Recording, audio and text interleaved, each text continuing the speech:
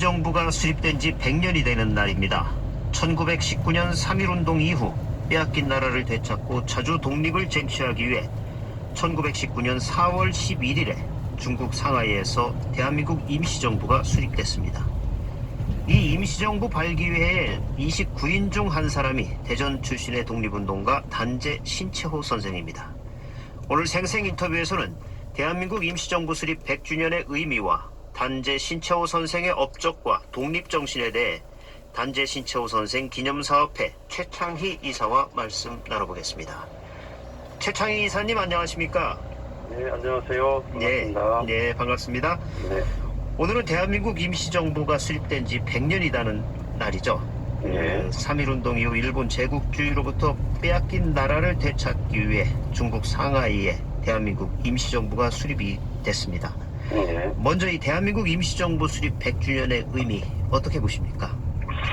네, 우리나라 그 조선 후기 시대를 보면요. 세계 열강이 우리 조선을 위협하고 또 조선을 유래하는 시절부터 우리 조선에는 그에 대할 만한 조선의 힘이 많이 존재하지 않았다고 생각합니다. 네, 쉽게 말해서 우리나라나 우리 백성을 지킬 만한 우리만의 힘이 없었던 거죠. 그렇죠. 또 임금이나 신하나 국가 지도층들도 사례사욕을 채우기에 바빴고 또 세계 정세의 흐름이나 이념적인 흐름을 파악하지 못했고 당쟁과 논쟁을 있었다 보니까 네, 국가와 백성을 생각하지 못했습니다. 그런데 이제 반면으로 우리 백성들, 서민들은 그 세계 열강의 침략을 그 현장에서 몸소 체험하고 고통을 견디고 또 희생되고 있었습니다. 네, 그럼에도 불구하고 백성들은 그렇게 당하지만 있지 않고요. 우리 백성들 스스로 자존의 힘을 키우고 독립운동과 비슷한 농민운동을 벌이기도 했는데요. 그에 따라서 우리 백성들의 힘을 우리 이제 정부에서도 힘을 받게 된 그런 계기가 됐는데요. 네, 그렇지만 정부는 그런 힘을 중국과 일본 등 외세의 힘으로 오히려 그 힘을 봉쇄하려고 했습니다. 그래서 결국은 우리나라가 결국 망할됐고 백성들의 삶은 처참하게 바뀌었습니다. 그런데 여기서 중요한 점은요. 우리 민족의 끈질긴 은구가 저항정신인데요. 네, 그 일제 치하에 들어간 지 9년 만에 3.1운동이 일어나게 됐죠. 우리 백성들의 힘에 의해서 그 파급력과 행동력이 커졌는데요. 그런 행동하는 백성들의 독립에 대한 염원을 이어서 바로 이제 상해 임시정부가 만들었다고 봅니다. 그래서 저는 상해 임시정부가 세워진 오늘이야말로 네, 백성들의 힘을 이어받아서 사회 지도층이 자주와 독립을 위한 일을 실천하게 된 날이라고 생각합니다. 네, 그러니까 외세에 맞서 우리의 자주와 평화를 위해서 국가를 만들고 어떻게 형식적이나 내용적으로나 본격적인 자주 독립의 길을 시작했다고 생각합니다. 우리 백성들, 그러니까 국민들의 힘을 얻어서 지식인층, 사회지도층이 나선 독립운동의 시작이고 우리 대한민국의 시작이라고 생각합니다. 그러니까 예. 국민주권 시대 민주공화제의 시작이라고 볼 수 있습니다. 예. 이 전제군주의 역사를 민주공화제로 바꾼 것이 임시정부였고 그래서 더 의미가 큽니다. 예. 이런 임시정부 수립에서 중요한 역할을 했던 분이 대전 출신의 독립운동가 단재 신채호 선생이시죠? 네, 그렇습니다.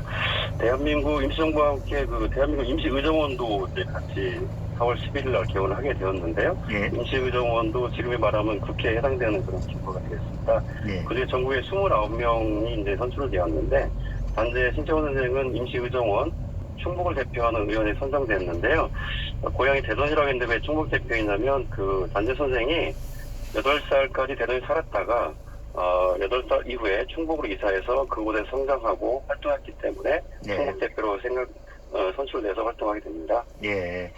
이 단재 선생은 아버지의 외갓집인 대전 어남동에서 태어나서 8살까지 대전에서 유년 시절을 보내셨죠. 네, 그렇습니다. 네. 그러니까 아버지가 신강식인데요. 그 신강식의 아버지, 그러니까 단재 선생의 할아버지가 신성우라고 하는 분인데요. 네. 그 할아버지의 부인이 바로 안동권 씨였습니다. 그러니까 네. 안동권 씨가 우리 대전 중구 무수동이 안동권 시청촌이기도 한데요. 그렇죠. 그 할아버지가 말하자면 처가살이를 비슷하게 하게 된 데여서 안동권 시청촌 인근인 어남동에 살게 되었고요. 그곳 어남동에서 단재 신채호 선생도 1880년 12월 8일에 태어나게 된 것입니다. 네. 그러니까 단재 선생은 아버지 신강식과 어머니 밀양 각씨 사이에서 둘째 아들로 태어났는데요. 그 바로 형은 신재호였고요. 동생은 신채호였습니다. 네. 두 형제는 이제 선비 집안의 후손이기도 하고 해서 한문 공부를 열심히 했고요. 그런데 이제 그 8살까지 사는 중에 아버지 신강식 씨가 36살, 그러니까 단재 선생이 8살 즈음에서 세상을 떠나게 됩니다. 네. 그래서 이제 단재 선생은 이제 할아버지와 함께 고령 신시 집성촌이 있는 충북 청원군 낭상면 쪽으로 이사를 하게 되죠. 또 할아버지는 이제 서당을 운영하기도 했고 굉장히 지식인층이었는데요. 예.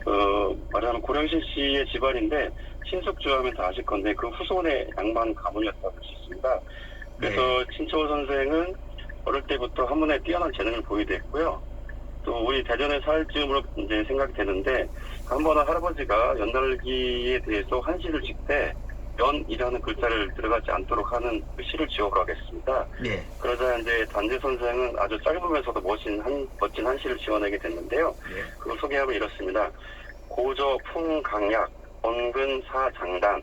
그러니까 높게 혹은 낮게 날리면 바람이 세고 약하게 있고 네. 멀리 혹은 가까이 날리면 실이 길고 짧음에 있구나 라는 그런 시를 지어냈는데요. 예. 이건 단재 선생이 사물을 보는 관찰력이 매우 뛰어났음을 알 수 있습니다. 예. 또한 그 연의 처지가 아까 바람의 세기에 따라 달라지는 것처럼 예. 그 모습이 마치 우리나라가 외세에 휘날리는 그런 모습을 이제 표현한 것이 아닌가라는 상상력을 발휘하게 합니다. 예. 8살짜리의 시로는 안 보이네요. 네네. 예. 아주 훌륭한 시라고 볼 수 있습니다. 예, 그렇군요. 네. 네. 예. 우리나라 대표적인 독립운동가이자 역사학자 또 언론인이었죠. 그 신채호 네. 선생께서 구체적인 어떤 삶을 살았는지 지금 이 시간이 많이 흘러가고 있거든요. 네네네. 좀 더 이렇게 줄여서 함축적으로 네네. 좀 얘기를 해주시죠. 그 한마디로 말해서 이제 편안하고 쉬운 길을 놔두고 어렵고 힘든 길을 선택해 살았던 분입니다. 예. 단재 선생은 이제 평생 허약하고 병약했긴 했는데요. 그랬음에도 불구하고 정치인이나 신앙 매우 강인하고 용맹했고요. 예. 지언행 겸비, 즉 알고 그 아는 것을 제대로 말하고 그가 말하는 것을 그대로 행동으로 보여주는 그런 분이 되겠습니다. 그러니까 신채호 선생은 아까 양반 가문의 후손으로서 굉장히 편하게 살 수 있는 그런 데 불구하고 누구보다 그 편한 삶이 보장될 뿐에도 그 길을 스스로 버리고 평생 고행의 길을 걸었고요. 네. 또 언론인으로서 그 황상신문과 대한매일신보 주필을 지냈고 또 우리나라 상고시대 역사를 재조명하기 위해서 고구려, 조선, 고조선, 부여, 발해 등의 역사를 연구하기도 했습니다. 또 시민사관이 지배했던 그 시절에 민족사관이라는 게 굉장히 중요했었거든요. 예. 그런 부분에 대해서 많이 하셨고 또 최근에 그 의열단에 대한 얘기가 많이 나오는데요. 의열단의 행동강령인 조선혁명선언에 대한 그 선언문을 작성하기도 해서 무장투쟁에 대한 그런 부분을 많이 강조를 하셨고 예. 또 그만큼 강인한 신념을 가졌고 행동력을 보였던 그런 분이라고 볼 수 있습니다. 예. 네. 이 단재 선생의 수용 번호도 네네, 4월 그렇습니다. 11일 411번이었다면서요. 네, 그렇습니다. 단재 선생이 이제 독립자가 마련해서 기동우체국을 살았다가 현장에서 체포되었는데요. 네. 재판을 통해서 10년을 선고받고 여성감옥에 수감생을 했는데요. 그 수감생활 할 때 수용번호 411, 411번이었는데 네. 오늘이 바로 4월 11일, 411, 우연의 일치인지 몰라도 기억할 수밖에 없는 그런 숫자인 것 같습니다. 예. 누구보다 대한민국의 독립을 간절히 원했고 임시정부 수립에 함께 참여했지만 네네. 그 이승만 임시정부 대통령이 선출되자 이제 임시정부와 결별을 선언했고 그 이후 네. 반임시정부 노선을 걸으면서 그 업적이 제대로 조명받지 못한 측면도 있다면서요. 네, 그렇습니다. 우리나라가 임시정부를 수립하는 것은 일제 체에서 벗어나 독립을 하기 위한 것이었는데요. 네. 이승만은 이제 그런 일제 치하에서도 미국의 위임 통치해달라는 편지를 보낸 것이 발각됐습니다, 나중에. 네. 그래서 그 부분을 이제 이승만에게 확인했으나 답을 얻지는 못했습니다. 그래서 현실적으로 보면 우리 일본으로부터 독립 쟁취하고 자주국가를 만드는 목적인데 거꾸로 이승만은 일본에서 벗어나 또다시 미국에 의존하고 또 미국의 지배를 받게 해달라는 그런 부분 때문에 반대를 했고요. 예. 그에 따라서 이제 신채호 선생은 이제 임시정부를 맹렬히 비난하게 됐고, 거기서 이제 결별을 하게 됩니다. 근데 그 임시정부를 벗어났다 하더라도, 근데 임시정부를 반대하기엔 반대가 아니라, 예. 임시정부의 그런 노선, 외교 노선에 대한 그런 노선에 대한 비판이었다고 생각할 수 있습니다. 예. 그래서 이제 그 부분 때문에 이제 그 이승만 대통령이 이제 초대 대통령이 되면서 제대로 된 평가를 받지 못했다는 그런 상황이 되겠습니다. 예. 시간이 많이 흘렀습니다. 좀 더 네네네. 짧게 좀 얘기를 네네네. 해주셔야 되겠어요? 예, 예. 예, 신채호 선생, 이제 지금의 얘기를 해보죠. 이 네네. 대전에서 신채호 선생이 유년 시절을 보냈는데, 네. 사실 이 대전시에서는 선생을 기리기 위한 기념 사업이 좀 초라한 수준이죠, 충북에 비해서. 네, 그렇습니다. 대전은 이제 12월 8일 날 단전선에 태어났기 때문에 그 태어난 날 기념한 헌화식을 위주로 주로 해왔고요. 네. 2015년 홍보관을 지었긴 했지만 그 공간이 좀 협소하고 좀 작아서 많은 사람을 수용하기 어렵는 그런 상황입니다. 그렇지만 이제 반대로 청주는 이제 단재 신청 선생님 문화재전위원회가 있어갖고 약 20여 년 동안 예. 대회, 글짓기 대회, 중국답사, 뮤지컬 제작 공연, 한신기념일 행사, 승무기념 행사 등 여러 행사를 해오고 있고요. 예. 또 교육청에서도 연수기관을 단재교육연수로 명명하기도 하고 그렇죠. 단재초로 교육을 변경할 정도로 열심히 활동을 하고 있습니다.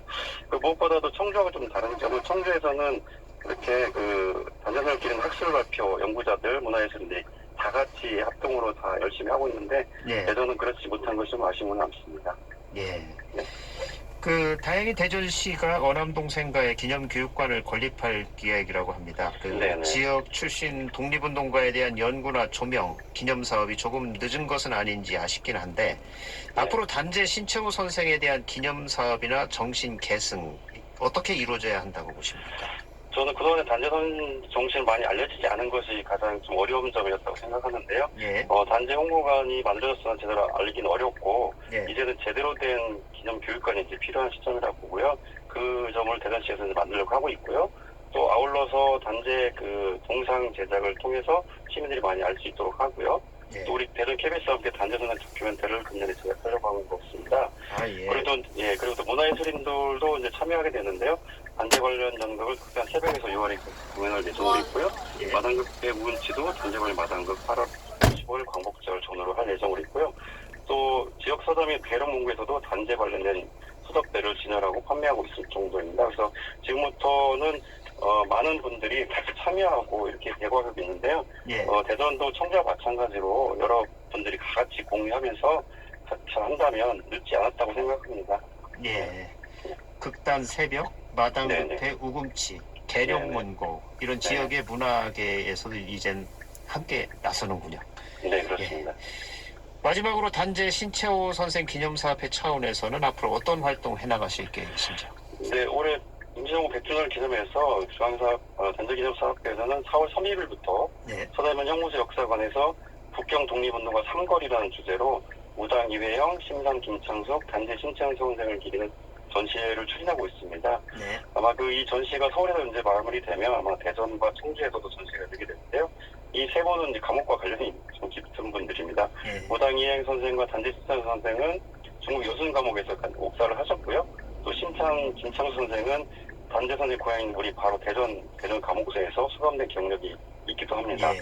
앞으로 대전에서도 우리 아까 말씀드린 대전 문화예술 활동하는 분들을 통해서 예. 단재를 시민들에게 편하게 알릴 수 있는 그런 것이 우선이라고 생각하고요. 예. 특히 이제 학생들과 시민들에게 단재 선생이 잘 홍보되어야지만 많은 일들이 다 같이 이루어진다고 생각이 들고요. 예. 그래서 올해부터는 12월 8일 단재 선생님 태어난 날을 헌화식에서 기념식으로 격상해서 추진하려고 하고 있습니다. 그래서 많은 일들이 우리 대전 시민과 함께 하기를 바라고 있고 많은 시민들이 함께 관심을 가져주시고 참여해 주시기를 바라고 있습니다. 네. 단재 신채호 선생 기념사업회 최창희 이사였습니다. 오늘 말씀 고맙습니다. 네, 감사합니다. 지금까지 대한민국 임시정부 수립 100주년의 의미와 단재 신채호 선생의 업적과 독립정신에 대해 단재 신채호 선생 기념사업회 최창희 이사와 말씀 나눴습니다.